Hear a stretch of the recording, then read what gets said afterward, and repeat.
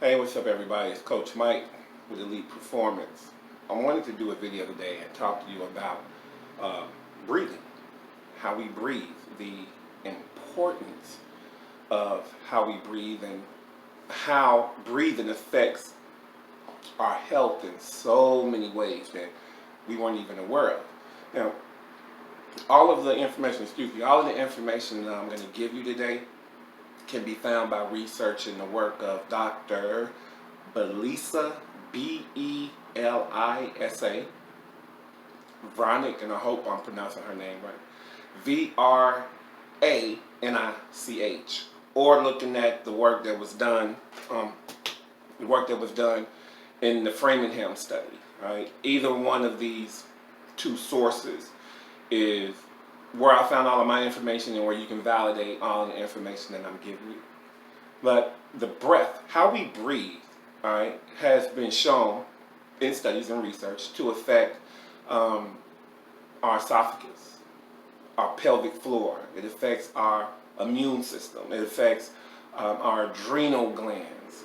It affects virtually every part of our health. It's been shown in a quantitative way to affect longevity. Like how long we live is determined by how we breathe. And I know the first thing everybody is thinking, like, my breathing is kind of automatic, so it's impossible for someone to breathe well. And in a sense that's true, but in a sense it's not. We're born knowing exactly how to breathe. If you look at a baby, from up to 5 years old, they're breathing correctly. If you look at an animal, if you have a cat, a dog, a fish, a goat, I don't care what animal, a bird, they all breathe properly.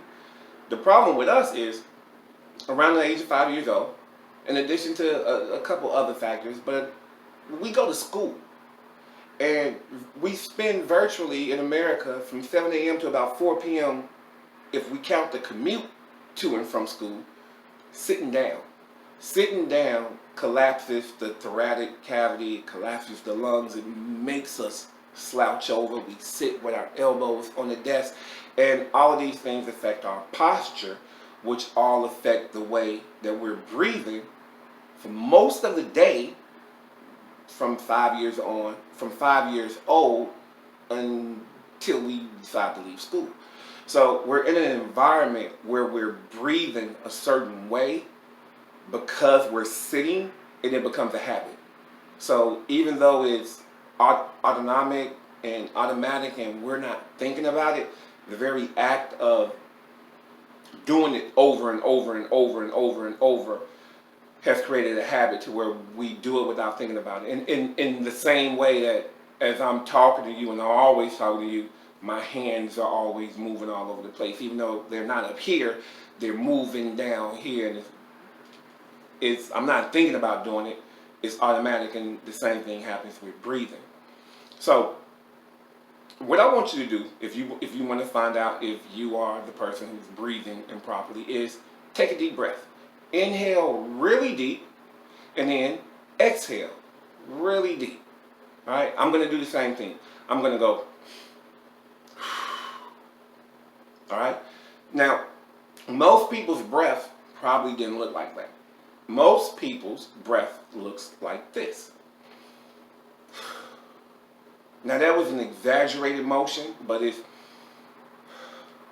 okay. You get a little bit taller on the inhale and a little bit, you kind of relax on the exhale. Now, that is what is called by Dr. Vranic as an incongruous way of breathing anatomically, meaning we're breathing backwards, okay? What that is number one, when we breathe up and down, number one, we're using our neck and our shoulders to breathe, right? There's no way for me to have this motion, and again, I'm over exaggerating, but there's no way for me to without using my neck and shoulders.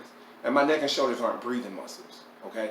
We breathe about 23,000 times a day, which is about 8.3 million times a year.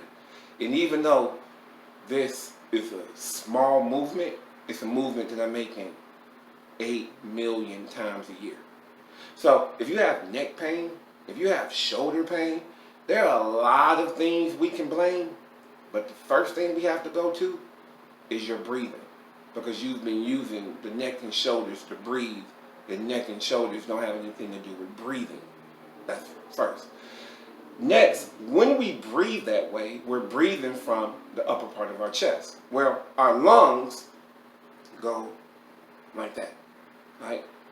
Up here, they're smaller, and if they go lower, they get bigger. So if we're breathing with the upper part of our chest, we're breathing with the part of our lungs that has the least amount of oxygen, right? And so in order to get enough oxygen in, we have to take shorter, smaller breaths. Again, this is exaggerated, and you don't notice it because it's become a habit, but if you're breathing like that, we're really breathing like this. Because you have to take these short breaths in order to get enough in. Well, in the back of your brain, you have a nerve called the vagus nerve, V-A-G-U-S. Vagus in Latin means wanderer, and that's literally what this nerve does. It wanders throughout the body looking for signals and messages to send to the brain and tell the brain how to feel. Well, when the vagus nerve picks up this breathing pattern, it says to the brain that there must be a lion standing here about to eat me, because otherwise there's no reason for me to be breathing like this. Okay? This immediately tells my brain to send my body into the fight or flight response. And I've done a video talking about this before. The moment you go into fight or flight, the blood leaves here, right? It leaves the organs, it leaves the viscera, it leaves the stuff that keeps you alive, and it goes into the arms, into the legs, because you have to fight or run, right? There's no need for the blood to be here. Digestion stops, everything in here stops, and the blood goes into the extremities. Also, the blood is then pushed from the front of the brain, where we can think and reason, to the back of the brain, where we can respond. Because if there's a lion here to eat me, there's no point to be thinking, I need to be reacting. All right, so breathing puts my brain in a fight or flight response, which puts my body in fight or flight, which pushes the blood into my arms and legs, so it's not here. If the blood isn't here, I'm not growing, I'm dying. Okay? And pushes the blood back here. If the blood's back here, I'm not too smart either. Okay? Now, if that's a quick response to a situation, it's okay. The body can deal with that. If you walking in the woods and you happen to see a lion and you run away and get away, cool, no problem. You got away. Everything goes back to normal. But if you're in this state because of incongruous breathing patterns, and you're in this state for weeks and months and years and decades, imagine the physical stress that's being placed on the body simply due to this breathing. You could be in the most mundane, happy environment in the world. You could be at a party. It doesn't matter. If you're breathing vertically from the smallest part of your lungs, and enough oxygen just is not getting in. And so instead of taking a deep breath, you have to take short, quick breaths in order to get the stuff in. And you're in that, if you're breathing that way, your external environment doesn't matter. Internally, you're telling your body, there's a lion, and I need to respond to that. And that chronic stress it's going to burn you out, it's going to kill you. There's no easy way to say it, and it all starts with breathing. Think about it. Whenever you, and all of us are doing this to some degree, set out to live a more healthy life, we immediately go, most of us, to food, right? Well, the average human being can go about 21 days, about 3 weeks without food, about 3 days without water, but only about 3 minutes without air.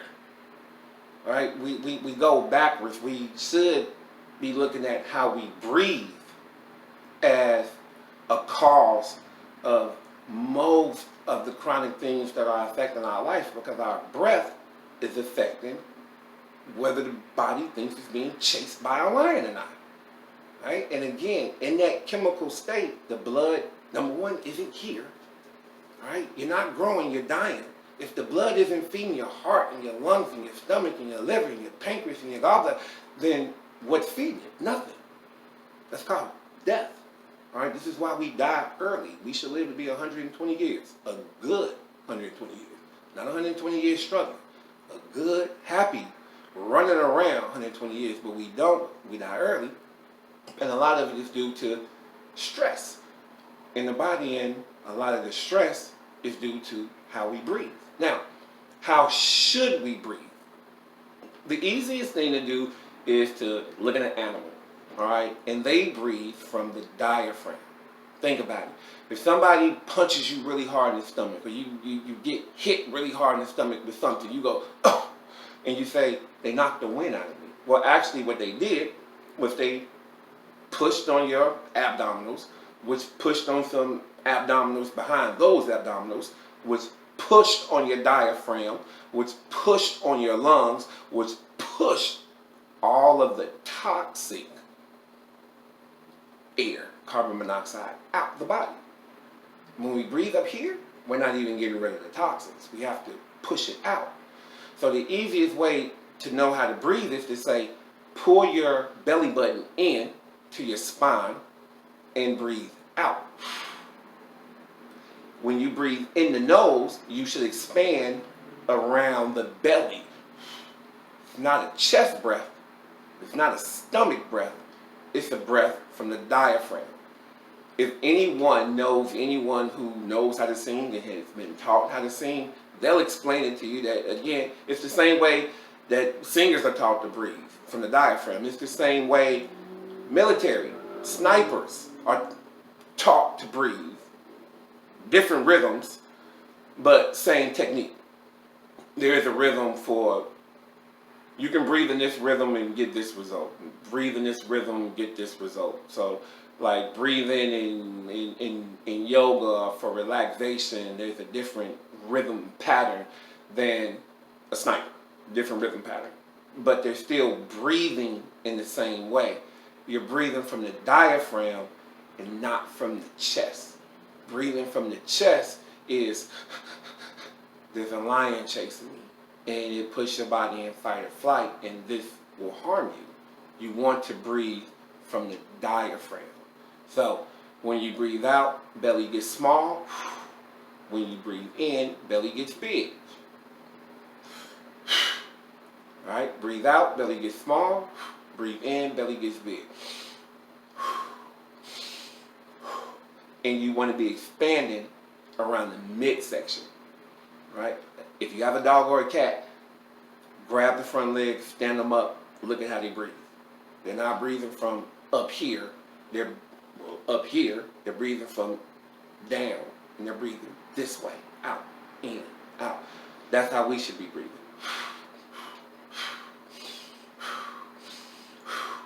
Here, not up here. That was a lot. Practice it. It's really difficult to do. It took me a long time to get it right, and I had to stand up to do it. I couldn't practice this sitting down. It was impossible. There were a lot of times I just flat out forgot how to do it. So the way that I would always remember is I would put my hand on my stomach and I would push in and go, okay, the next action has to be my stomach coming out. And just me kind of helping myself breathe helped me mentally get it right, because otherwise 40-something years of breathing like this was a hard habit to break. So it takes some time and it takes some practice, and you're going to have to stand up and practice. But within a week or two, it's definitely something that can be accomplished, and you will definitely feel different. Like when I breathe from my chest now, I really feel like I'm suffocating. Like it's not enough anymore. I can't do that. I have to. That feels so good. So I hope this video helps you out. I'm Coach Mike with Elite Performance, and remember, the goal is to see you happy and healthy. Take care, guys.